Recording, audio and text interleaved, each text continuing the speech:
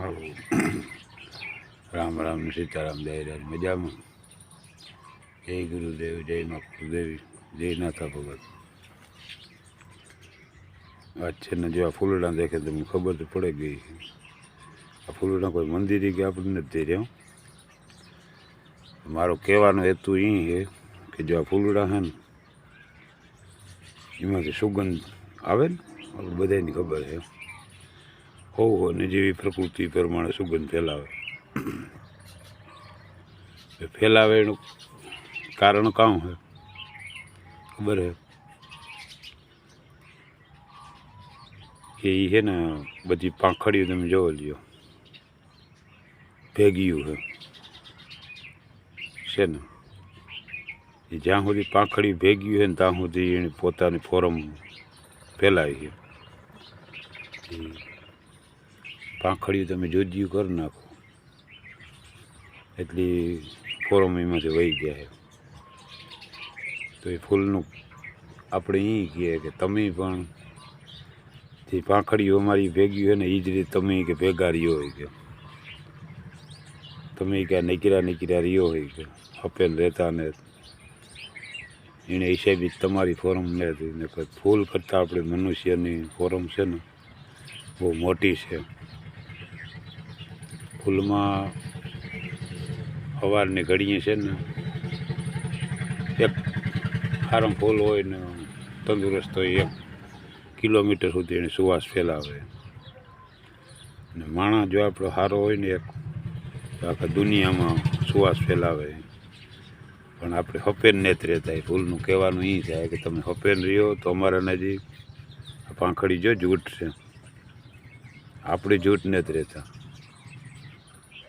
કારણ કે આપણામાં અદેખાય છે કે આ પાંખડીને કે હું હરણ આ કે હું હરણ એ બધું છે ને સમતલ રાખે. બધી ભેગ્યું આવ્યું બધી ભેગ્યું એ હરથે ના જામે. આ ફૂલનો વિડીયો મૂક્યો કે આ ફૂલ આપણે કામ કહેવા માગે ને એ સારું છે. પહેલાં મેં એક મૂક્યો હતો કે આ ફૂલ આપણે કામ કહીએ. આજ હું તમને એનો પ્રશ્ન આપે દઉં કે આ ફૂલ છે ને આપણે આ રીતનું કહીએ એટલે એવી રીતના સમજેલી રહીજો. બીજું મારે એ કહેવાનું છે કે તમે એક પાંખડી થઈ જાય ને નીકળી તો સુવાસ તમારી ફેલાઈ જાય અને પછી તમારા લાઈનથી તમને હુકાવું ચાલુ કરી જાય ને આપણે પછી પગ કોણ કાઢે ખબર? આપણા કાઢે, બીજાનું કાઢે.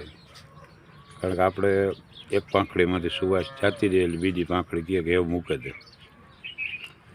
એટલે એથી તમે હપેન રહ્યો, એકબીજાને માન આપો. ભાઈ કોઈ કદાચ ને એવું હોય કુટુંબમાં ગામમાં તો નબળું તો એને આપણે ભેગું રાખો, ભેગું સાથ સહકાર આપો. બાકી તો આ બધા હવ કર્મના હોય ને એ હવ ભોગવે. કોઈને સારું હોય તો એને દેખે તમે રાજી થાવ કે આપણા પાસે લઈ ગયા તને બરાબર કે હાલો આપણા ખિસ્સામાં ધ્રાર કાઢે ગયા. એના કર્મમાં હે તો ભલે નહીં મોટરમાં ફેરતા હોય. મોટર એના પાસે એ છે તો આપણે કોઈક દી બેહાડી અદેખાઈ મૂકી દઈએ.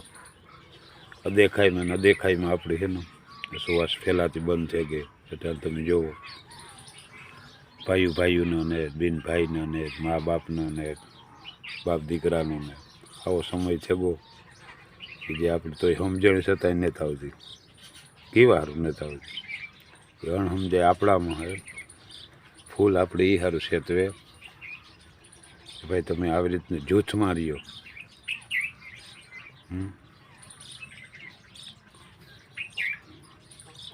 એક લાકડી તમે ગોઠણમાં ભરાને ભાંગો એટલે ભંગાઈ જાય ને પછી 5, 7, 10 લાકડીનો ભારો કરે અને પછી તમે ગોઠણથી ભાંગજો તમારાથી નહીં ભંગાય. કારણ કે એ બધાનું પરિબળ એક થયું એટલે દુબરું ને હુબરું તો આખું ગમે એ વરણમાં જાઓ તમે.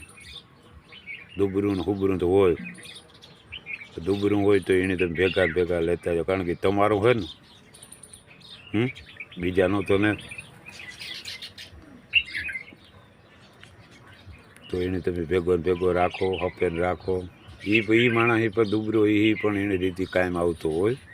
આપણે સમજાતું નથી. આપણે એટલે પૈસાનો પાવર હોય, અભિમાન હોય.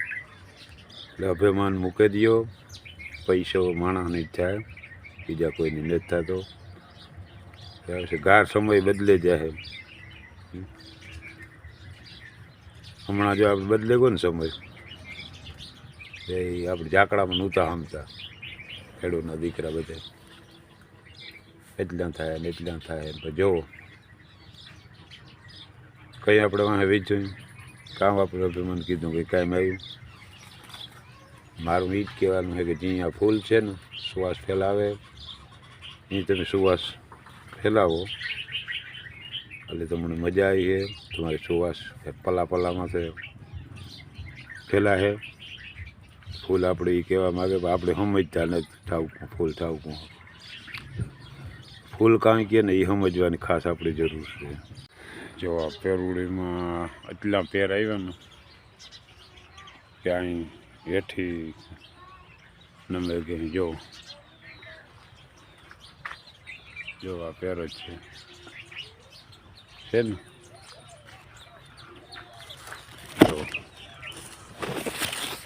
હા હા હેઠી જ નમે ગઈ ને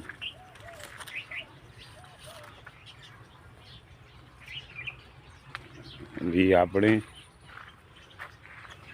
એ કહેવા માગે. જો આ થાંભલી ભરાવી.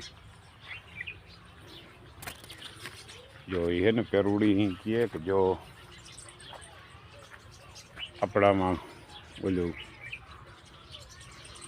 સમજણ આવે ને એ પછી કે અમારામાં ફળ આવે પછી અમે કે હેઠી નમે જઈએ. જો આ નમે ગઈ ને હાવ એટલે આપણે સમજાવે ઝાડવું પણ કે તમે આ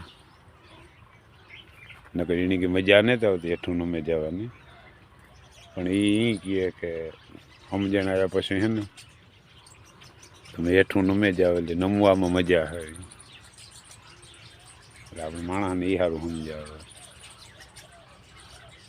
કે અમે અમારા ફળ કે નથી ખાતા કોખારું છે નહીં કે આ ફળ છે છતાંય કે અમે કે નમે જાય કે તમારા અપડાવો હલબા લાગે.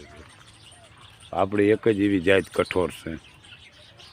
આપણે પરિપક્વ થઈએ ને પછી જેવા કઠોર થઈ જાય ને એની વાત કરો. મારું કહેવાનું એ છે કે થોડીક સમજીને આવે ને પછી તમે નરમ થઈ જાયજો, ઢીલા થઈ જાયજો, હેઠા નમેને હાલજો. ઝાડવું આપણે એ સેતુએ પણ આપણે છે ને ખબર જ નથી પડતી કે ઝાડવું કામ કહેવા માગે. પેર આવ્યા હતા કે આવ્યા એને આપણા પૂગાય નહીં નથી સારું તેની હેઠા નમે ગઈ કે તમે આમાંથી પાકલ ખાવે. આ ઉપકારી આઈટમો છે ને.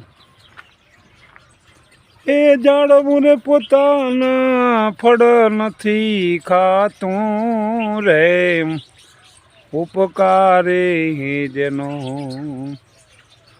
આચમો રે હોજી.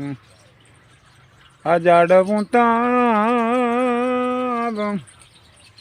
એ ઝાડવું તો પોતાના ફળ પછી નથી ખાતું રે, ઉપકારે જેનો આચમો રે હોજી.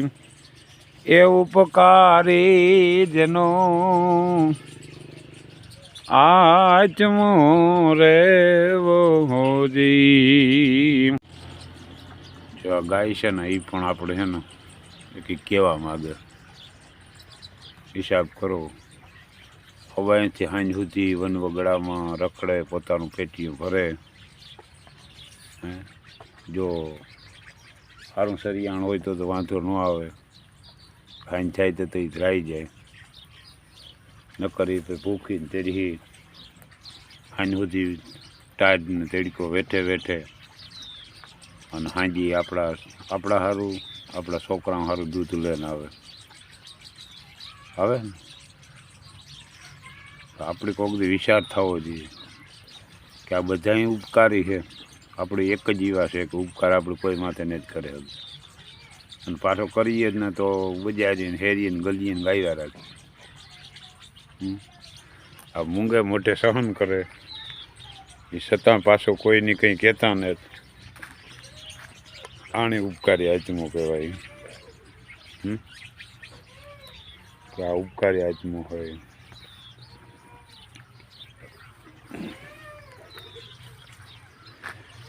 એટલે આપણે બહુ સમજાવવાના ચેતન આપે પણ આપણે છે ને સમજે ને શકતા એમ છે ને. થોડુંક આમાંથી સમજજો એ કામ કહેવા માગે છે.